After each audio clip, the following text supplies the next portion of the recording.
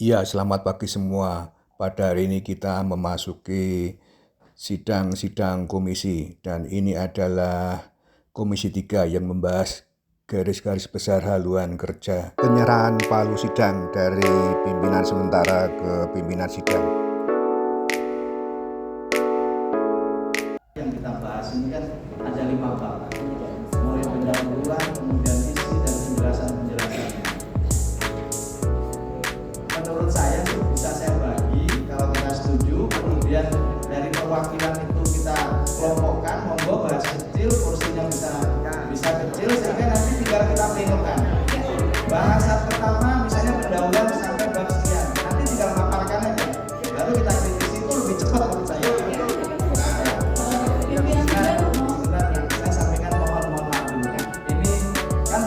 Bab 1 ada pendahuluan, kemudian bab 2 ini daya dinamika lingkungan strategis, kemudian bab 3-nya peta jalan menuju keagamaan Yunani.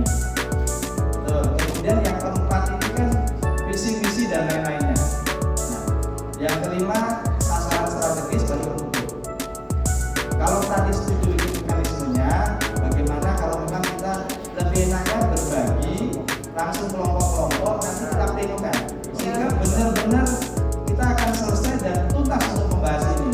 Kalau satu-satu, mohon juga maaf, ini waktunya 2 jam membaca saja nggak akan selesai. Nama saya Laila, saya dari Fakultas Keagamaan. Sebetulnya saya juga ingin mendukung apa yang dilakukan oleh Bapak Pimpinan Sidang, sekali mendagri 2-3 bulan terlampau. Jadi kita memandang realistis dari waktu yang terbatas, kita bagi saja sesuai dengan beberapa bab tahapan, dan setelah itu pada waktu yang sudah ditentukan masing-masing bisa memberikan presentasi dan kalau ada perubahan bisa langsung disetujui. Baik, terima kasih. Saya usulkan untuk kelompok-kelompok dengan perangkat. Alhamdulillah. Jadi setuju dengan ini ya Pak, terima kasih. Jadi saya usul dibagi 3 kelompok, 1 dan 2 itu 1 kelompok, 3 1 kelompok, 4, 5 1 kelompok. Kalau begitu kelompok 1, kelompok 2, kelompok 3 bagaimana Bapak-Bapak? Oke ya, mungkin bab 1 dengan bab 5. Ya, kelompok 1 membahas bab 1 dan bab 5. Kemudian kelompok 2 membahas bab, kemudian 2, 3 di tengah. Bab 1, bab 5 ada di kelompok 1. Demikian Bapak-Bapak, apakah setuju? Setuju.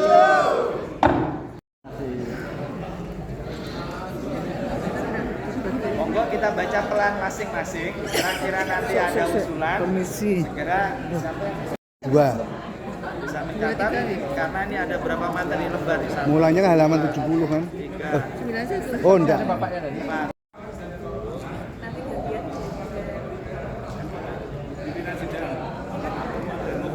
Harus makanya saya minta dari Ibu, oh ya. Mbak Ana volunteer, nanti kalau capek bisa gantian. Sebetulnya nggak harus saya yang mimpin, saya kan hanya menemani. Nanti Bapak akan yang plenokan. Supaya nggak lama sampai saya mimpin yang akan cetak. Kami nanti akan menerima masukan. Saya hanya ini. Komisi GPHK ini merupakan komisi yang paling banyak materinya, sehingga untuk mempercepat dan efisiensi waktu dalam pembahasan ini juga dibagi menjadi 3 kelompok. Setelah itu nanti baru ada paparan dan persetujuan bersama baru diketok. Ya, ini jalannya sidang di Komisi GPHK. Pengelolaan bonus demografi, kesenjangan pendidikan, dan masalah kesehatan. Dengan jumlah penduduk usia produktif yang tinggi, penting untuk memastikan bahwa mereka terserap dalam lapangan kerja yang memadai untuk menghindari peningkatan pengangguran. Selain itu, kualitas pendidikan yang tidak merata antara daerah perkotaan dan pedesaan, serta akses terhadap layanan kesehatan yang terbatas menjadi isu yang perlu diatasi. Namun terdapat peluang besar melalui reformasi politik, pengembangan ekonomi digital, dan program pemberdayaan masyarakat yang dapat membantu mengatasi tantangan ini dan mendorong pertumbuhan yang inklusif. Kagama sebagai organisasi alumni Universitas Universitas Gadjah Mada memiliki jaringan yang luas dan berpengaruh serta berperan aktif dalam pembangunan nasional. Organisasi ini sering mengadakan kolaborasi dengan berbagai pihak untuk memberikan Iya, manfaat bagi salah satu anggotanya peserta dan membacakan materi kemudian, Kagama juga sebelum ada menghadapi tanggapan dari para seperti peserta. keterbatasan dalam adaptasi Sementara Mbak Laili sedang membacakan materi. dengan memahami kekuatan dan kelemahan ini, Kagama dapat berencana. Iya, di sisi lain juga masih di Komisi GBHK sedang membahas materi. Iya, kelompok 1 juga sudah berjalan dalam membahas materi garis-garis besar haluan kerja. Ya, ini adalah proses pembahasan materi GBHK khususnya untuk kelompok 2 sebelum pleno komisi. Ya, kita akan membahas bab 3 GBHK. Bab 3 peta jalan menuju Kagama migunani saklawase. Ya. Pengertian dan Asmarodono Kagama Gunung Rukun migunani. Penambahan paragraf perubahan ya. Kita langsung ke perubahan ya. GBHK 2024. Oh, GBHK coba ya, mohon maaf ya. Meningkatkan rasa persaudaraan dan kebersamaan, memperkuat jaringan alumni dan menciptakan lingkungan yang mendukung untuk berbagai pengetahuan dan pengalaman. Lanjut. 3. Perilaku kunci, kolaborasi, aktif bekerja sama dalam berbagai kegiatan dan program. Komunikasi terbuka, mendorong dialog yang jujur dan terbuka di antara anggota.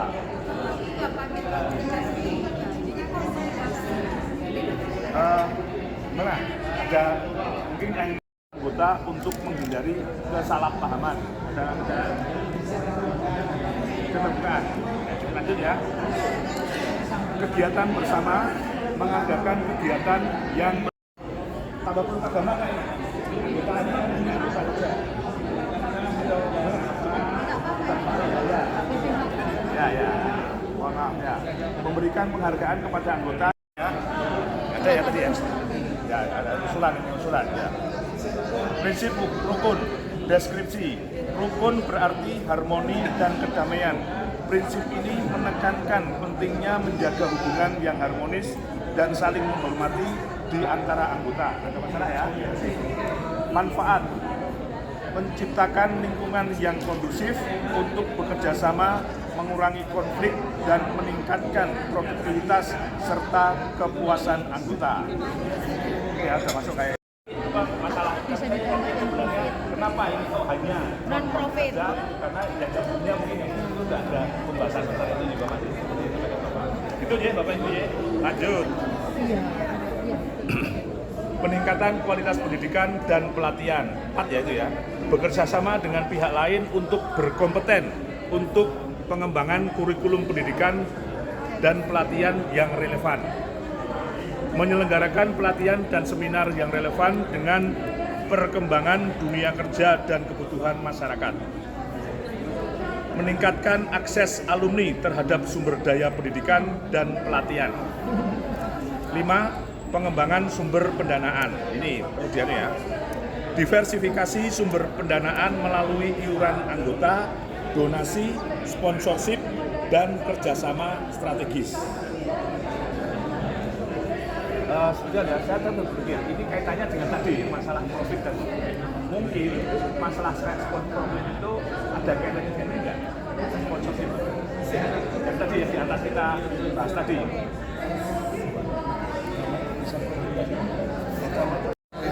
Keuntungan ya. Beda ya kalau ini sponsorship itu kan orang memberikan Dana. itu ya, berarti tidak ada masalah ya. Tidak ada.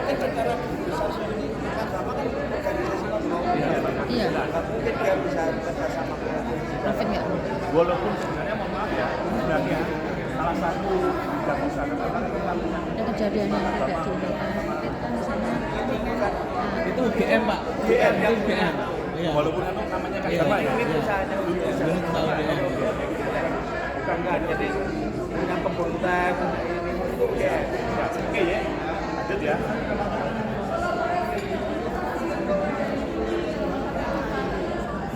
Lanjut yang nomor 4 tadi, bekerja sama, halaman 142, bekerja sama dengan pihak lain untuk kompeten untuk pengembangan kurikulum pendidikan dan pelatihan yang relevan. Menyelenggarakan pelatihan dan seminar yang relevan dengan perkembangan dunia kerja dan kebutuhan Sudah poin 5. Nomor 5 tadi ya, mohon maaf. 5 yang 5 ya tadi ya. B, yang poin 2 Poin 2 sudah ya. Poin 2 belum. Ya, membentuk dana abadi untuk mendukung keberlanjutan program keagama. Ya. Gitu ya. Ini nggak ada masalah ya. Pengawasan dan evaluasi. Poin pertama, melakukan audit dan evaluasi berkala untuk memastikan pencapaian tujuan dan efektivitas program. Mengadakan forum diskusi dan feedback dari anggota untuk perbaikan dan pengembangan program. 7. Pengembangan teknologi dan digitalisasi. Mengadopsi teknologi digital untuk mempercepat komunikasi dan manajemen informasi. Membuat portal online yang mudah diakses oleh anggota untuk informasi dan layanan keagamaan. 8. Peningkatan kemitraan dan kolaborasi. Menjalin kemitraan dengan berbagai institusi baik di dalam maupun di luar negeri untuk memperluas jaringan dan memperkuat kapasitas keagama. Ada usulan? Lanjut ya. Mengadakan program kerjasama dengan UGM dan lembaga lainnya untuk proyek-proyek yang bermanfaat. Dengan tahapan-tahapan ini diharapkan keagama dapat mencapai tujuan guyub rukun migunani saklawase selama periode 2025-2045 dengan tetap menjaga komitmen terhadap nilai-nilai UGM dan Pancasila. Pada dasarnya, setelah fondasi organisasi dicapai, maka penekanan terhadap prinsip guyub rukun migunani perlu dilakukan. Namun demikian, fondasi organisasi juga tetap perlu harus dijaga, terutama untuk pendekatan-pendekatan yang sudah berjalan, seperti misalnya di bidang pengabdian masyarakat, pembentukan satuan tugas dengan melibatkan pengurus daerah, pengurus cabang, dan pengurus keagama komunitas perlu terus dilaksanakan. Hal ini juga termasuk dengan satuan tugas yang tematik, misalnya satuan tugas kebencanaan. Tadi ya. Penguatan tentang tata kerja dan komunikasi antar satuan tugas dengan prinsip guyub rukun migunani menjadi salah satu target yang harus dicapai dan dikaji untuk melihat efektivitasnya setiap 5 tahunan. Jelas ya 5 tahunan.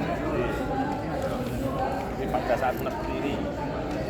Sebelumnya, rujukan peta jalan keagama adalah UGM menuju kepemimpinan 2037 sebagaimana tertuang dalam dokumen Kebijakan Umum UGM 2012 sampai 2037. Namun, untuk mengikuti dan sejalan dengan RPJMN 2025-2045, perwujudan konsep guyub rukun migunani perlu dilakukan sesuai dengan tata waktu target-target capaian pemerintah, yaitu selama 20 tahun dari 2025 hingga 2045. Konsep guyub rukun migunani akan dilengkapi dengan pengertian implementasi guyub rukun, gayeng, dan migunani secara menyeluruh serta menjadi panutan.